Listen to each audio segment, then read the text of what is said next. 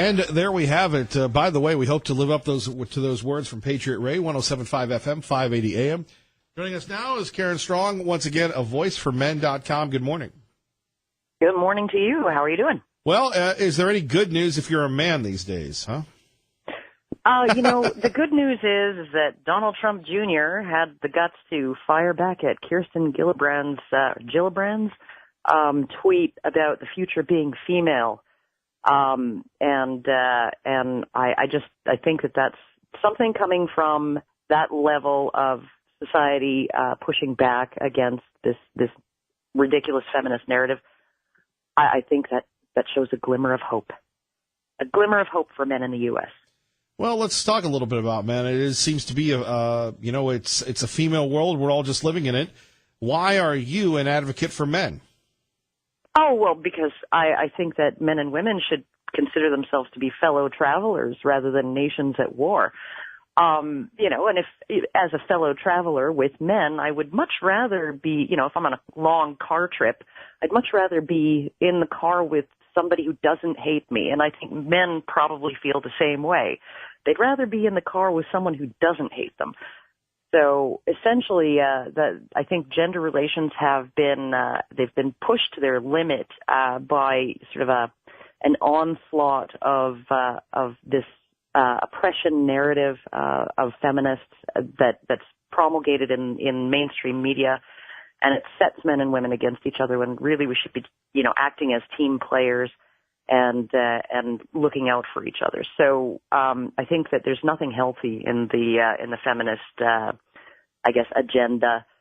Nothing healthy for men. Certainly, it damages women as well. Makes them unhappy. It fosters resentment in women. And so much of the information that they're putting out there is misleading, or it's one-sided, and it's telling half-truths if it's telling any truth at all. So I just think it's really, really bad for society. It's bad for men. It's bad for women. It's bad for children in particular, and it needs to stop. Right, but we see it in the media. We see it everywhere where men are pretty much second-class citizens, second-rate citizens, and should be vilified for, conquering America and giving us Western civilization. Oh, all those past sins. One of the most incredible inconsistencies within feminism is that men are to blame for everything bad, but they are not to be given credit for anything good. In the broad historical sense. So, men are the ones who did everything wrong because they were in charge, and so they were the only ones who were doing anything. But, anything good that came out of that isn't really to their credit. That's just more evidence of how awful they are because they actively suppressed women and prevented women from doing any of those good things. And, the whole thing is just, it's a philosophy of resentment, and any feminist who buys into concepts like patriarchy and rape culture and gendered violence against women being some kind of normalized thing in our culture, some kind of culturally endorsed by the patriarchy and all of that. They may swear up and down that they don't hate men, but if I actually believed those things, those theories or hypotheses or whatever you want to call them, those descriptions of reality, if I believed those, I would think those things absolutely justify hatred of men, and I would actually say that any feminist who genuinely believes those things, who doesn't hate men, is being a hypocrite. It's essentially, if you really believe that men set things up to privilege themselves and each other at the expense of women's oppression, if you really believe that, and this is the roadmap of our history as humanity, then if you don't hate men, I'd have to call you naive or a pushover. So, what I'm really looking at, in terms of my work is trying to disassemble those narratives, to disassemble those theories on how men and women interact and why men and women are the way they are and why we interact the way we do within societies. So, in order to maybe alleviate some of the negative fallout from belief in these ridiculous, I would even call them conspiracy theories that are being promulgated in women's studies classes and increasingly in mainstream media and other areas of society, other institutions like social work and education and politics and all of that. So, and the law increasingly as well. A voiceformen.com. Karen Strong joining us. Kevin Miller in the morning here, KIDO Talk Radio. So, what do you say to moms of young boys today? Because having a young boy, we should put him under observation and do all sorts of things. And Karen, I'm trying to figure out, when was the tipping point? When did we lose our way? When did we become anti-men? Oh, there's always been a streak of anti-maleness or anti-men sentiment in feminism, like a man-hating streak a mile wide, if you will, all the way back to 1848 when the Declaration of Sentiments was published, out of Seneca Falls, which was just a one long indictment of men through history. I think one of the most telling lines in that document was, "The history of mankind is a history of injuries and usurpation on the part of man toward woman, having in direct object the establishment of an absolute tyranny over her."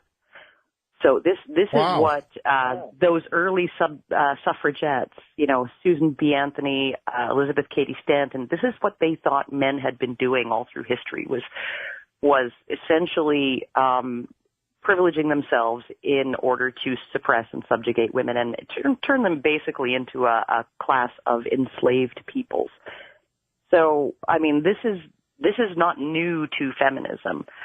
This idea that men have always had all the power and they've always abused it, and there's no such thing as a just system if men are in charge of it, or if men happen to reach those positions of power.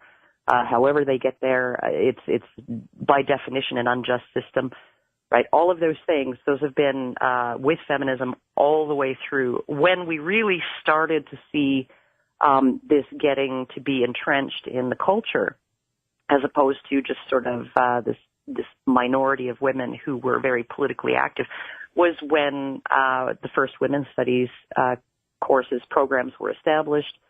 I believe Sally Miller Gerhardt was one of the pioneers of women's studies. She essentially was the one who came up with that. She said, "The future, if there is to be one, will be female." And she was actually recommending that the population of men be reduced to 10% of the population of humans in order to bring about equality. Because if men and women exist in equal numbers, men would always suppress women. They would always have the physical advantage, and they can't be trusted to act in a just manner toward women. So essentially, she was advocating, male genocide, I guess, in some ways. And she was one of the pioneers of women's studies programs in the U.S. So once that was entrenched as a respected discipline, and I don't know how respected it is now, but back then it was quite well respected. That was sort of the beginning of things going completely haywire. Like I've spoken with women's studies professors and listened to them talk, and some of the stuff that comes out of their mouths is so detached from reality in terms of what women are like, what men are like, what society is like, what reality is like. But they are teaching this to students within a curriculum that includes activism, political activism as one of its core elements, and they're churning out indoctrinated, very, very angry, resentful young people who they have now been politically activated, and they have a mandate to proselytize the belief system that they've learned in those courses. And then they go into things like journalism and politics and social work and academia, and then K-12 education, and all of these areas, the law, all of these areas where they can spread the message and change the system in accordance with how they believe things really are, in order to dismantle the system and transform it into something else. So, isn't that what we're seeing today? Convince as many people as possible. But isn't that what we're seeing today? That is what we're seeing today. That began in the 70s. And it's built up to the point where now we're actually seeing this really, really toxic narrative about men and women. It's entering into even things like comic books. You have these major comic book publishers like DC and Marvel. They're putting out issues of comics that have feminist Right. sort of storylines that are more preachy and less subtle than the most smarmy episode of Touched by an Angel. So it's and people aren't buying it. I mean, there's a saying in the sort of the anti-feminist, social justice community that I belong to. It says, "Get woke, go broke," right? And these large corporations are putting out these messages, these heavily politicized messages in their entertainment and all of that. And they're seeing all kinds of losses in sales, but it doesn't seem to matter to them because they've become true believers and they have gotten woke. And so they don't mind going broke, and then they will actually turn on their consumer base and call their consumer base, their customers, a bunch of bigots and berate them for not wanting to be preached to. Well, here's what gets me, though. You take a look at Iron Man. For years, it's been Tony Stark, a white guy. Now they're redoing Iron Man. That Iron Woman, she becomes a black teenager, female. It's very, very, very strange to me why. I mean, there are all kinds of heroes of color. Some of my favorite ones. Spawn was one of my favorite ones.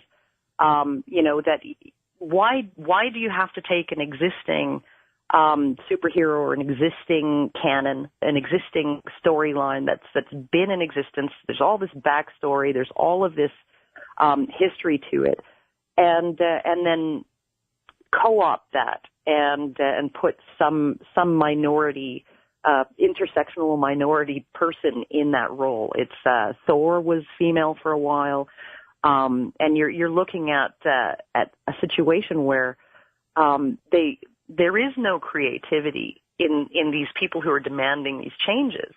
The creativity is they're co-opting the creativity of others in order to essentially push an agenda, because they're not there to be creative or to be creators. They're there to alter the sphere of creation to conform to their agenda. And it's so obvious. And Karen, that's what I don't get. I mean, why make Iron Man a woman or Spider-Man? Why make Spider-Man black? Yeah. Right, or gay or what have you. And I'm thinking to myself, where is the self-loathing or the need to rewire classic heroes and the impact it has on the kids today? Well, it's, I think a lot of, there is such a thing as I think white guilt. I think it's akin to the white man's burden, which was ironically used as a justification to continue slavery in the United States. If we let all of these slaves go, they won't be able to take care of themselves. They need us as the slave owners to help them, even have put a roof over their heads, right? And because they're too ignorant or they're too stupid or they're too, inferior in whatever way to be able to take care of themselves as free people, right? And I think that there's a lot of that kind of sentiment going on in sort of the liberal left, population, particularly the elite population of white people, where they actually feel like that individuals who want a black superhero or a lesbian superhero or whatever, that they're incapable of creating that, and they're incapable of actually creating a character that will sell. Well, you look at the new one on TV, Batwoman, whoever she is, she's a lesbian. Sorry? Yep, there's a new character on TV, Batwoman the lesbian. Oh my goodness! Honestly, it's getting a little out of hand. It's getting so frustrating because and one of the things that drives me crazy about this whole thing is when I talk about stuff like this, I get called a conspiracy theorist. But you don't need to be a conspiracy theorist when they're actually telling you, here's what we're doing and here's why we're doing it. And all I'm saying is, yeah, here's what believe what they say. Believe what they're telling you. Here's what they're doing. Here's why they're doing it. And here's why it's not going to work. Here's why their companies are going to go broke. Here's why they're going to lose their fans. Here's all of this stuff, right? But I'm called a conspiracy theorist because I'm essentially repeating what they've told us all they're doing. So, Karen, a voiceformen.com. We appreciate you. Thank you. Thank you so much. Phone number is 580-5436, 580-KIDO. If you'd love to discuss the future of men, boy, that's a heady topic here in Idaho on KIDO Talk Radio. Thank you, Sean Hannity. Well, what kind of trouble can we get into now before Glenn Beck? Pete, Mountain Home on KIDO Talk Radio. Good morning, Pete. Kevin, although I have not heard anything on why the schools were locked down here, I do have a comment, which I am sure will offend many people, on the whole feminist attack and the future is female thing. Let me first suggest that they go to any Islamic majority country under Sharia law with that little mantra of the future is female and see how well that goes over there. And secondly, I would like to know if those feminist types are so adamant that men are unnecessary, when are they going to start registering for the military draft? Well, I'd be interested to see how the get rid of men, replace them with women offense would work in the Sharia countries.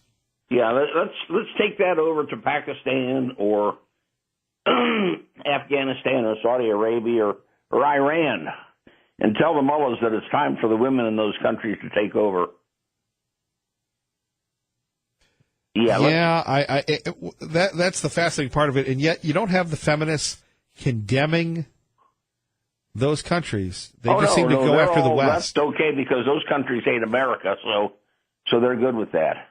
And then the draft thing, this goes back into the 70s when I was talking with somebody about veterans' preferences in hiring federal government and other places. And she said, well, that's unfair because the majority of veterans are women, so it's not fair, or are men rather, so it's not fair to women. And I looked at her and I said, what was your draft number?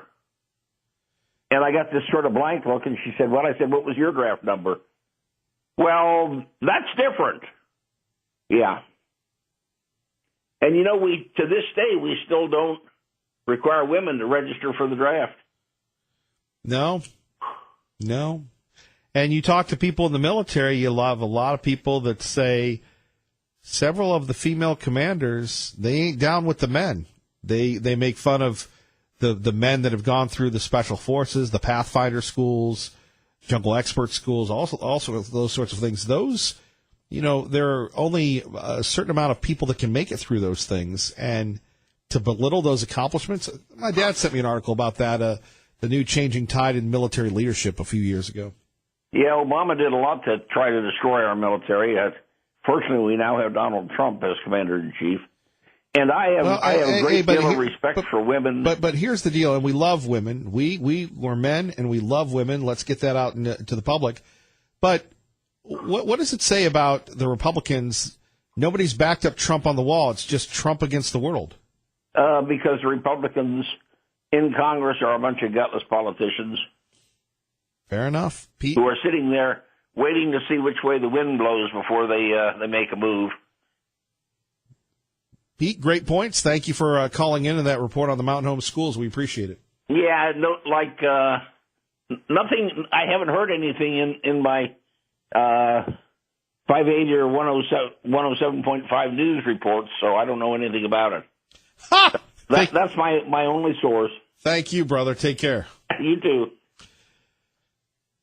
Traffic and weather together, 107.5 FM. I'm just Channel 7's Eric Everett. More coming up next. Kevin Miller, KIDO Talk Radio. Good morning, Maggie. Good morning, Kevin.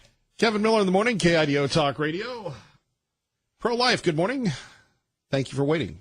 Yeah, good morning. You know what I thought was the woman you had on there, I thought what was interesting is she said there's a woman's manifesto that goes back to 1848. I can't remember the name of it, but it was out of New York. And incidentally, that's the same year that the Communist Manifesto was published and written, 1848. I don't think that's coincidental. But anyway, because communism, what its method is to destroy the family, faith, and capitalism, and just make the government everything. That's your mother and your father. Your everything is the government, and we're just gradually going towards that. And so we've been going over 100 years now, deceived, into what God would have us do.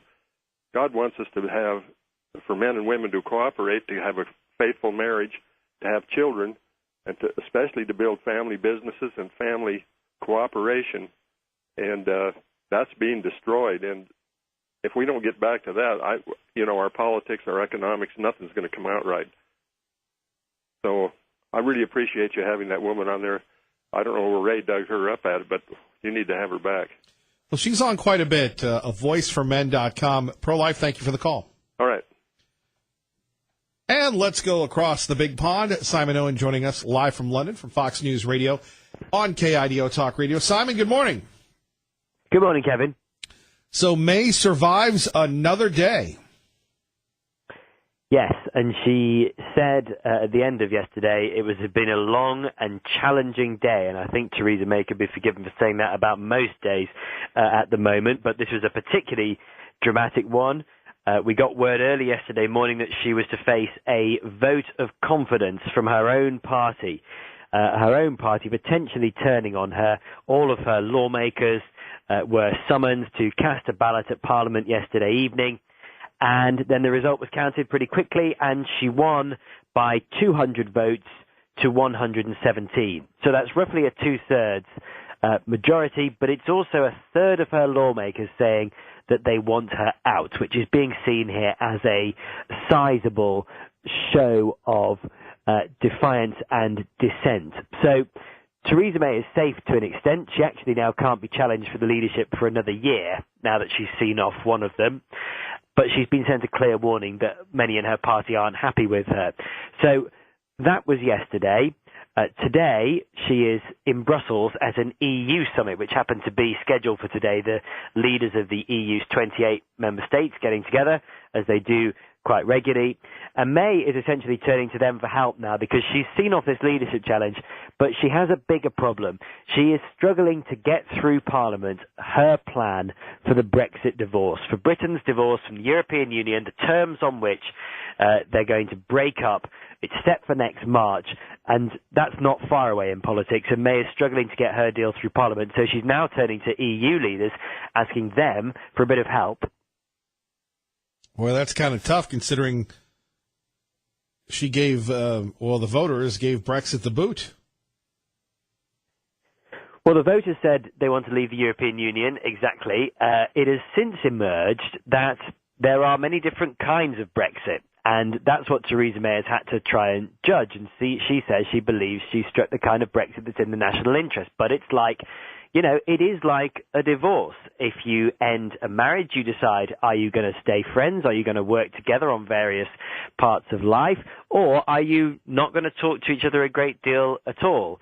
And that was not on the ballot paper. So that's up to the government to interpret what they believe the people want. Now, Theresa May has come up with essentially a compromise, a deal that cuts the cord and takes Britain officially out of the EU. But critics, well, there are critics on all sides. Critics who don't like Brexit are critical of this deal because they don't want to leave the EU at all. And those who are in favour of Brexit, a number of them say that this deal is too soft on Brussels, that it's not enough of a cut from the EU. So that's where, you say it sounds simple because the referendum happened, but actually it's turned out to be a lot more complicated than that. And as I say, there's now just a few months until the big day at the end of next March. Simon, we appreciate the insight, and you're on the scene reporting. Thank you. Thanks, Kevin. Thank you. Our great friend Simon Owen, Fox News Radio, only right here on KIDO Talk Radio. Let's go to Nampa and Susan. Susan, good morning. Good morning. I had a question. I work with a bunch of young people at my job, and they're becoming very, very far left, as no surprise to you. This one is particularly like Nancy Pelosi. And I know that I don't like her, and I know that I definitely disagree with her, but could you give me some information on her, some concrete points that I could make to help her see that this lady is not good for our country, and maybe some information of where I can go to study more about her? Well, there are several conservative websites. You could do a Google on Nancy Pelosi. Nancy Pelosi has enriched herself there. I would sit there and look at her actions. Right. And one most notably, and with the millennials don't like it when, and I'm assuming this young person is a millennial, is that correct? Yes, correct. Okay, well, they don't like it when, people put people down, okay? And right. One of the things that I would say is, look, we can agree to disagree, but is it really necessary for a grandmother to insult the manhood of a grandfather who's our commander-in-chief? Now, right.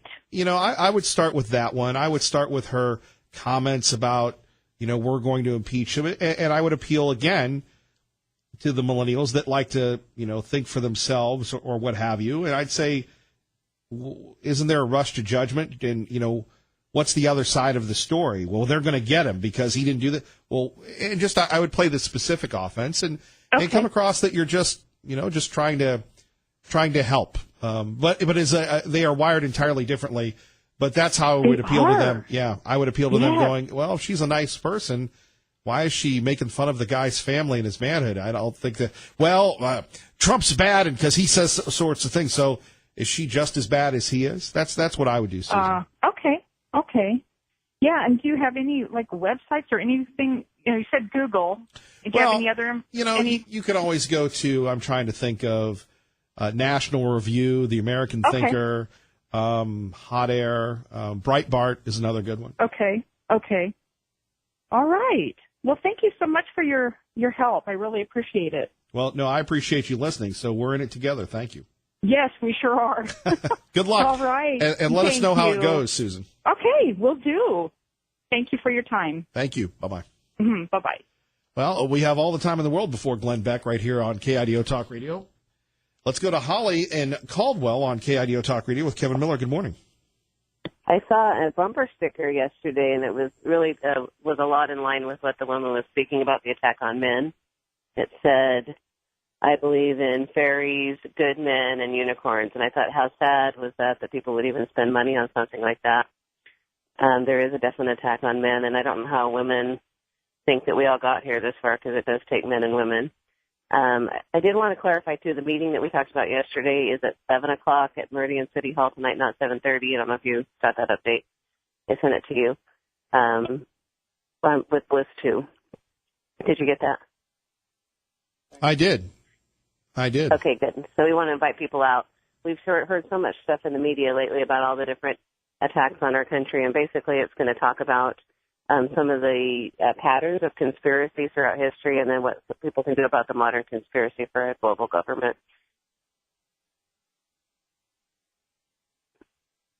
Holly, we appreciate it. Thank you for the call. Let's go to Tea Party Bob. Tea Party Bob joins us now on KIDO Talk Radio. Good morning. Good morning, Mr. Miller. How are you today? Are you there? Yeah, just playing the hits or trying to, or forgetting to turn my mic on. We always seem to be focusing on national problems lately, so I'd just like to say a few words about a local problem like this new urban renewal district that Boise wants to build on the east side. I'm hoping that the residents of Boise are smart enough to reject this plan, because I have yet to find any urban renewal plans that don't cost the taxpayers more money than they will ever contribute to the areas they're built in. Just the cost of the new infrastructure alone will be way more than the impact fees the developers will pay to put this up.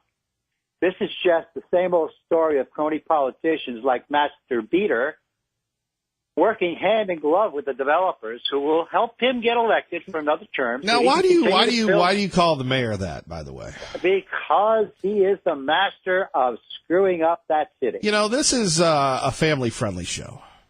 Now, I'm being very friendly and very family-oriented. I see. So, let me continue here. I'm sorry I'm sorry to interrupt your opening statements. You're just like Sean Hannity.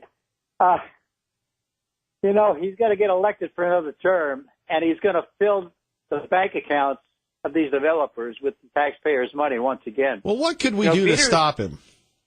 Well, I'm going to get to that. Beater's Oh, one wait of a the minute. most Okay, sure, back to you. He is one of the most physically irresponsible politicians we have in Idaho. Should I remind everyone of the Beater trolley? As he is going to charge enormous sums of money in terms of taxes as we go forward. Just take a look at the library that they proposed, a budget of $95 million. And when you look at that compared to Canyon County's total budget of $95 million, you have to sit there and say, what the heck is going on? Well, how many people really go to the library? Number one. This is my point. I'm going to steal it from you, and number two, I will tell you that when you go to the library in Boise during the day, you see people there that are homeless. You see people there that are sleeping. And look, the Boise Library is very big and very vast, and I love libraries, but the reason why I know this is our old friend Liberal Steve used to be a security guard there, and he'd take pictures of all the people slumped over the computers sleeping. So, are they going to police that? I don't know.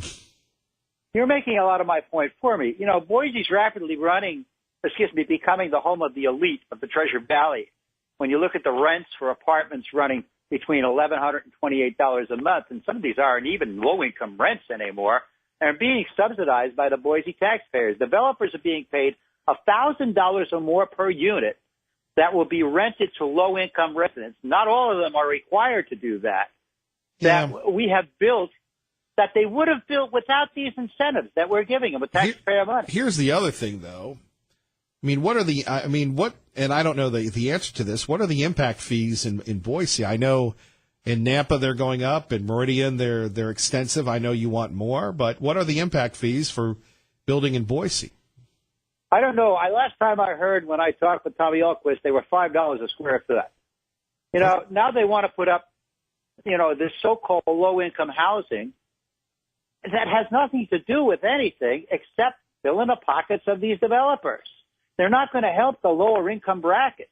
These physically irresponsible elected officials are going to provide developers with $404,000 to build housing that they were going to build anyway. Now, wait a minute. We're putting in another park in Boise because we don't have enough parks. Oh, well, yeah, we really need another one of those. Why not take the $95 million for this monolithic library and put it into low-income subsidies for those who really can't afford to meet the qualifications, and put a virtual library in so that virtual libraries are here. I do it on Kindle all the time. People don't look at books. They look at their computers. Why are we building this monstrosity? The taxpayers of Boise need to learn from the experiences of us here in Meridian who live close to the new 10-mile urban development, and the traffic is going to be so congested, it's going to take a day to make a reservation to pull out during rush hour. Well, that's what you get when you live in the big city. However, you wonder on a grander scale, what is the future of the Republican Party? Having lost 2 Ada County commissioners, that is not a good thing. And I think instead of having cocktails and eggnog, people in Ada County, and maybe some of them should be fired up and figuring out what they can do. Because once Ada County goes, then there's an issue with the first CD. And oh my, we don't need a lib representing us in Congress. The libs would love to. You're a big money guy. Look, Colorado, much bigger state than us, and a couple big money billionaire devious little libs came in and flipped it from solidly red to purple or even blue. Now, if I'm the libs, I'm thinking, let's get Idaho. Well, look, I don't disagree with you. And I do think that a lot of this has to do with the fact that when somebody like Mayor Beater runs for office, or you have some of these other people that are running for commissioners, they don't have to declare Democrat or Republican on the ticket. That is one of the problems. People just don't know. And I know that the Republican Party is trying to get this resolved and change it. Well, there's no excuse for the Republican Party that has been dominant for years not having taken care of this unless they're satisfied with the libs kind of sneaking in by not self-identifying as the libs and kind of schmoozing their way in. Let if you're a Democrat, be proud to be a Democrat. You know, you're right 100%. And you go back 10, 15 years, this is what happened. We had Democrats running for Republican positions saying they were Republicans. And what do we have now? We got a bunch of, I don't want to even think about it. Well, I mean, they have become the bad guys of this state. And they work for the establishment. They don't work for the people. On that note, God bless and Godspeed, John Glenn. Kevin, have a great day today. You Always too. a pleasure. Always a pleasure. Tea Party Bob joining us. Kevin Miller, KIDO Talk Radio. Sometimes you just have to read the news and laugh. Don't forget Dave Ramsey today and our great friend Sean Hannity this afternoon at 3. I'm sitting here looking at the migrant caravan and two just kind of goofy stories. And maybe you're not looking forward to, people coming into town or going to the company Christmas party if your company even has enough guts to call it a Christmas party. Is there anything more demeaning than, hello, everybody, welcome to the holiday party? Really? I mean, these two stories involve the caravan. So we go east of the Great River on this one, where really we get a lot of our great material because people in the West are normal. But going to South Carolina, the home of the secessionists, Clemson University, which, Clemson University, fairly conservative thing. So you got a restaurant near Clemson University. They are under fire, under siege, under attack for naming a chicken sandwich. Yes, for naming a chicken sandwich. Apparently, they named a sandwich the Tijuana chicken sandwich. And, I'm sure there are sandwiches in Tijuana where you can get, in chicken sandwiches. What's wrong with the Tijuana chicken sandwich? This just proves that we've lost our sense of humor.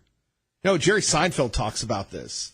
There is talk show hosts and comedians are endangered species unless you go, let me read the news to you. Anyway, the sign at the restaurant Loose Change described the sandwich as big enough to feed a caravan, built high enough with smoked chicken, lettuce, tomato, pepper jack, bacon, and guac, ordered with a side of pub chips, so good it should be illegal. Now, come on, dude. That's that is creative. If we ever had Millie's or K-Millie's or Millie's Willie's, I would have that sandwich. The Tijuana chicken sandwich. One more time. The sandwich as big enough to feed a caravan, high enough with smoked chicken, lettuce, tomato, pepper jack, bacon, and guac, bordered with a side of pub chips. So good, it should be illegal. Now, the students at Clemson University, or as they should pronounce it, Clemson, it's prompted several students, including the Clemson Undergraduate Student Council, to call the sign distasteful. This is what we're up against, folks. Quote, the Clemson University undergraduate student government denounces the incident that occurred last week with a sign posted out of Loose Change, a restaurant in downtown Clemson. The sign, offensive, distasteful. The Clemson University student government stands for voices of all students, and it's concerning that Loose Change would block the social media accounts of several student organizations after they expressed concerns about the incident. Are you kidding me? This is the world we live in today. This is the future. The politically correct Politburo running amok. Now, coming up next, you think they have gall. Wait till you hear what the Caravan crew is up to. First, you're listening to 107.5 FM, 580 AM, KIDO Talk Radio. Oh. So here you have it. You ever run into anybody and you go, man, you've got a lot of gall. So two groups of Central American migrants that, once again, going to Tijuana this week, they've got demands.